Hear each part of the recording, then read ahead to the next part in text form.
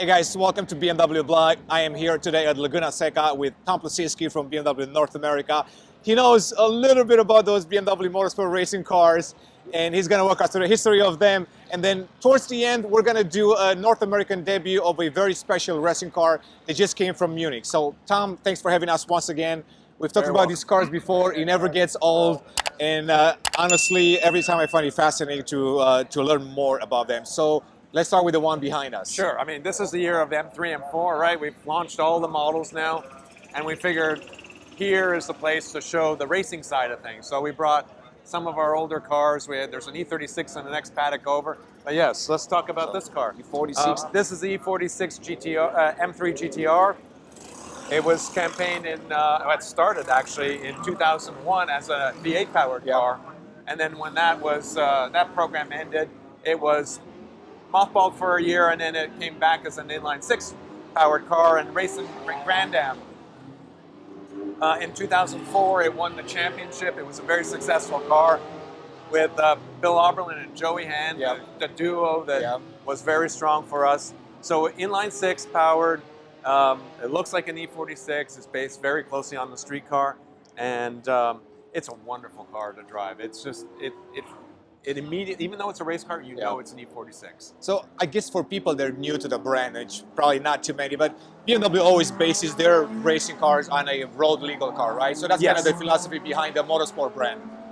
We like to race what we sell, or as close as to what we sell, because that brings an affinity from the customer. They can see their car being raced on the track, and it's the old adage, you know, race on Sunday, sell on Monday. And this car, is built in the factory. It's a pure factory race car, but the main shell of it is basic E46 stuff. And of course, this one has carbon fiber bodywork all over it to lighten it. It's typical of the racing car. And it has air jacks, which you can see it's up on at the moment. So you know that's not in your road car, but it is absolutely an E46. And it's interesting how, from a driver's perspective, you ask Bill Oberlin, you could strap him in this, and he'll immediately know, oh, I'm in the E46. It's just, they embody the feeling of the street car and the race car. So now, if we move from the E46 to one of the fans' favorite, E92. Oh, E92, one of my favorites. Everybody's favorite, right? I mean, so the E92 was a car designed to go to Le Mans and win, and also race in the US and win. It was at the time, it was a real moonshot. This car is so heavily developed. It is based on the street car. The main shell is the street car. Even the carbon fiber roof is the street car carbon fiber. The engine is a V8, but unlike the street car that has a normal style crankshaft with 90-degree offsets for the crank, this one's a flat plane crank. So it runs differently. It sounds completely different than the street version. The advantage of it is that it can rev to a much higher RPM. Now the street car revs to 8,300, right? So it was already like amazing. But the race car with the flat plane was able to rev up to 9,500, and it probably could go higher, but that's where we capped it. The downside is it vibrates like crazy. So you feel it in the car. If you try to mount a camera in the car, everything's wavy because it just vibrates a ton. Interesting. But the engine is mounted very low and very far back. It's dry sump versus the street car that isn't, right? Rather than having a DCT transmission behind the engine, it has a transaxle at the rear. So it's paddle shift, but it's a pure racing X-Track dog tooth gearbox, straight cut gears, so it's much noisier, and it actually shifts a little bit slower than the street car. But it's pure racing stuff. How long did you race this car in the US? For how long? For how long? 4 years. 4 years. All right. So there were 4 cars that we raced in the series. So each car was good for about 2 years. And then we would swap out the chassis. With a race car, it's interesting that for every mile on the track, it's the equivalent of 50 miles for a road car. So by the time these things finish a season, they've done 200,000 miles. So they're pretty reliable, right? I mean, that's kind So of the reliable, bottom but line. Yeah. what happens is even though they have massive roll cages and everything, Yeah. there'll be slight loosening of things after that amount of mileage, and they're not competitive enough anymore. So that's why you bring new chassis. And you've seen that throughout our racing from E92 onwards, where a car does 2 seasons and that's it. Gotcha. So now, if we make a reference to the road car, why is it your favorite? Well, I own an E92 road car as well. Melbourne Red or? Melbourne Red, yeah. The engine, or what really makes it special? I think, yeah, on the road car, it's naturally aspirated, it's high revving, it sounds fantastic. I have a manual, I like the manual, and I've got the carbon fiber roof too. So for me, I think it's the last of naturally aspirated engines, right? So I like that car. Yeah. I think I like this car for a different reason. Yeah. This was really a technological feat. Yeah. Everything is designed. You look at all the ductwork in the front of the car, through the back of the car, through the side of the car. Everything was really thought out, and it was a huge advance from basically taking a street car and modifying it somewhat to go racing. Right. This one pushed it as far as you could. And it pushed it kind of like our competitors do, right? The pure competitors. Yeah. So this was a really well built out racing car. Yeah. If we go around to the other side of it, I'll show you a couple of features. Yeah, let's take a look at that. The everything, BMW prides itself on 50-50 weight distribution. Yeah. But in the case of a race car, you want the weight distribution to be a little bit rearward. Okay. So everything it's done on the car is done to kind of move the weight back and down. The engine is dry sump, so it's down and further back. Transaxle at the back moves a bunch of weight to the rear of the car. Transaxle has the starter motor, the alternator, the power steering pump, all on the transaxle in the rear. There's a cooler in the rear, so that's what these ducts on the side are for. They cool the transaxle. And then if we look inside the car, we can see a replica of the normal dash up there, way up front. But the dash for the driver is pulled back. In fact, the driver's seat is in the rear passenger footwell, rear footwell. Gotcha. So you're sitting very far back, and very low in the car. So quite different than the street car. The benefit of that is the seat is super low and it's bolted all the way up the sides and back. So it doesn't flex at all. In the older days of like the E46, the seat was just on a rail. On a rail, right, exactly. So if you were to mount a camera behind the seat and take it around some corners, you'll see the top of the seat flexes. Just flexing, and that's fidelity of information to the driver being lost. Oh, I see. Right? So this one is bolted to the chassis. You feel everything that the chassis is telling you. But if you can't reach the pedals, it's a problem. So we have movable pedals in the car. Gotcha. So you have to adjust them. Right. The footwell.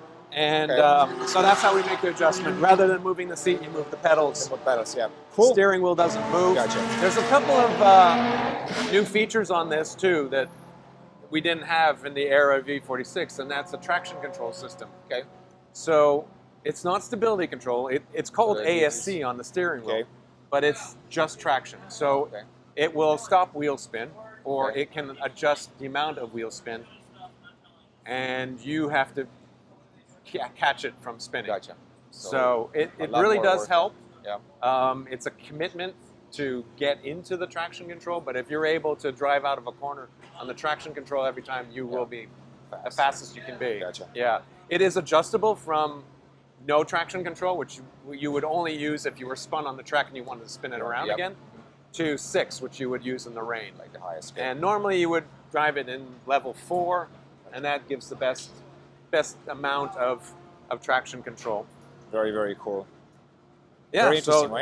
So that's the Legend one. This was legendary, and this is Bill's car, the sister car next to it here. Let's take a look at this one. Won Sebring twice. Prime. So this one won Sebring actually. This one won Sebring. This is the Sebring winner 2 times in 29. So the 12-hour race. Yeah. It's the one that won in 2011 Okay. and 2012. Okay. It was also the championship winner in 2011. Okay. So in 2011, it was class driver champion with Joey Hand and Dirk Mueller. It won the team championship, the manufacturers championship, class overall championship, and the Michelin Green X for This efficiency. one it's quite successful. This is the of all the 4 chassis we have left, this is the one that Won is the most. has the most provenance. So the most precious today. That pretty much same setup as the sister car, right? So nothing. They're exactly the the same. Yeah, they Gotcha. drive exactly the same. Okay. They are essentially exactly the same. Yeah. Gotcha. Cool. Let's move to another So generation. let's move to the next one. Yeah.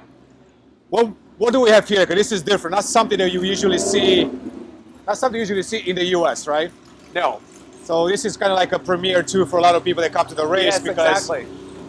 So, yes, this is a BMW M4 DTM Class 1. Okay. DTM rules in Germany. It's a Deutsche Master Series, so German Master Series. This is about as radical as you can get with a closed-top car. Okay. This is like Formula One with a roof. Gotcha. These cars were incredibly advanced. Okay. And this is a 2019-2020 car. It was driven by Philip Eng, who was raced for us on our M8s. Yeah. And he got 1 win with it and 2 other podiums. It's retired now, and it's actually, you can see the sign on the dash. It's up for sale. It's up for sale, which, by the way, there's no sale price right there. So No. is that for a reason? If Because you have to ask. it's too affordable, or? if you have to ask, no, this is actually the first time we've ever offered a factory race car Really? for sale. Okay. Yeah. So this is an opportunity for someone. It is a lot of money. Yeah. Okay. You're buying a car that is the most advanced of its type, and So price tag. price tag it's roughly $1 million. Gotcha. All right. Yeah, roughly So $1 million. if a private team buys the car, do they get any support from the factory in any form, or Yes. you just Yes, so we they will- can still we'll tune the support it, car a yes. little bit and Yeah. work it So to their if spec? you were to purchase a car, the base price that I just gave you includes some extra wheels and extra wheel sets for it, and a few things to run it. Gotcha. If you wanted to actually campaign it, race it in some sort of series, excuse me, there is a spares package that you'll be able to purchase from us, Gotcha. and we will support it. Yeah. But this one wouldn't be able to race in the U.S. though, right? So it's something that will be for other You championships. could presumably you could race it in in IMSA? no, not in in IMSA, IMSA, yeah. in vintage racing Oh, of some okay, so sort. like more I like mean, it's kind of like private Yeah, it's racing a little bit. yeah, Because or IMSA track does make days sense, and so on. In IMSA doesn't make sense. Yeah. It is. I mean, to give you a perspective, the engine's a 2-liter BMW turbo engine, P48. It's called. Okay. It has 630 horsepower ish. Impressive for 2-liter. Yeah. It's super light engine. The chassis is a spec chassis for the series, and then we get to do the body work and the aerodynamics for it. So some of it was series specific, Sure. and some of it is BMW specific. Gotcha. All the front suspension is BMW specific, rear suspension is BMW specific. Gotcha. And then the engine, just like the other racing cars, you can adjust the power based on BOP, right? If it's needed. Not or... in this series. Oh, actually. really? No, Okay. they So didn't so all the DTMs are so spec basically power. You had 2 liters Okay. of displacement you had to Gotcha. use, and it was up to you as a manufacturer to get whatever you needed out of that. And I think from what I remember on the DTM racing, an issue was always with weight, right? So that was the differentiation between teams, exactly, right? Right. Gotcha. Okay. Very, very cool. So this is it does 0 to 60 in 2.5 seconds, 0 to 100K. yeah. To be It's exact. Fast. It's fast. It corners at 3 Gs. Wow. So 3 times what a street car Better be in can. good shape. So you need to be in super good shape, and you need to have a certain amount of skill to be able to drive this. appropriately. fantastic. Yeah. Looks So nice, it's a yeah. really interesting piece of engineering. Yeah. It's now retired. That's how The you rules opened it have up. changed, so it Yeah. can't race anymore in the series. And it's available if someone somebody wants to it. purchase it. Yeah. Gotcha. So let's assume that somebody wants to purchase. How would they get in touch with the? Is there like a? They need to get in touch with BMW USA Motorsport. Okay, gotcha. Okay, There's a URL. URL. Okay, they can go there and on request BMWUSA.com. Okay, and it's good to know. make the inquiry, and we'll take it from there. Very cool. Very cool. All right, car. so should we move to the highlight of the day? Yes, let's move over to Let's the new see. car. This is a new baby. This is the new one. So we have the BMW M4 Gt3. Right. So a GT3 car is built to a certain rule, and there are many manufacturers that have GT3 cars. Yeah. It's a worldwide rule, so it's worthwhile spending some investment money to make a proper GT3 car that's competitive. You can race this in Europe, you can race it here, you can race it in Nürburgring, Le Mans, Japan everything. too. Japan, exactly. So it makes it a very palatable car for a manufacturer to make, and at the same time, if you're working your way up the hierarchy of racing, this is the pinnacle, right? Gotcha. So GT3, as far as if you stay in closed roof. Yeah. So with us, you would maybe start with an M2 CS Racing, right? That's our entry-level race car. Once you get the hang of that, you win a championship or so, then you can move up to an M4 GT4 like that, and the one next to us. And then this is the pinnacle. So, and it's a pretty big jump from one of those to this. There's significant downforce on this. There's very little on that car. Yeah, so that's more on the, it's more based on the road car. It's very closely based on the road car, yeah, exactly. Okay. It prices around $550 as a start. Gotcha. Then your consumables after that. Okay. It does have an inline-6 twin-power turbo. So it's based on the S58. Right, and it's a P58. And it's a P58 now. And exactly. Any special modifications to that? The modifications are done to dry sound. Other modifications are you don't spend a lot of time part throttle, so it doesn't have Banos and that sort of stuff. Okay. It's designed specifically for flat foot to floor, right? Full open throttle. Intercoolers on this, rather than being air to water, are air to air. And these ducts that we see in the front, 2 of them are for the air-to-air intercoolers. Take a look at that. Yeah, the 2 upper ones are the intercoolers.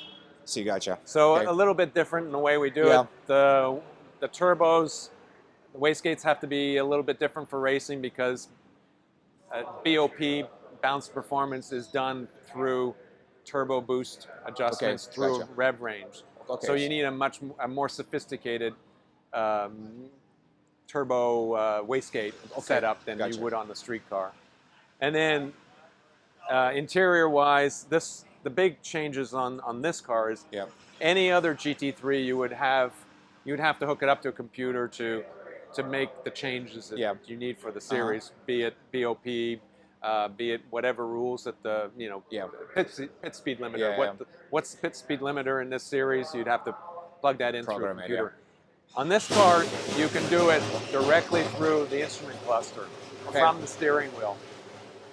So it makes it much more usable for someone who just doesn't have a huge crew. Yeah. So before we move in, tell me about the power output. So what's the maximum? So maximum is 591. Okay. But that's adjustable by BOP. So bounce performance, and then the series will tell you at what RPM what your push should be, and that's how they keep everyone close in a window. Makes sense. So now if we move inside, let's start with the steering wheel, because that's an interesting one. So it's the first time that a BMW racing car has a steering wheel that you can take out and put into a simulator, right? First time anyone's done it. Oh, really? Yeah. It's like a world premiere for anybody. Exactly. So this is a Fanatec steering wheel that we use in this car. It was developed with a lot of our European race drivers. Philip Ing is a huge sim driver. He helped develop this setup for the car. Steering wheels are getting more and more complicated. And it's important to to keep it consistent for the drivers. So they can take this wheel right out of the race car, put it in their sim, or have an identical one on their sim. Now, the E92 had 3 pedals on the floor. Okay. So did the M6 GT3. This one is a 2-pedal car. Okay. You have a separate paddle on the steering column for your clutch. And just as in the E92, the seat is bolted to the floor and to the back on this, so it won't move at all. We should start racing probably next year, right? 2022. I think the first time you'll see one of these run is at the Rolex 24 in Daytona.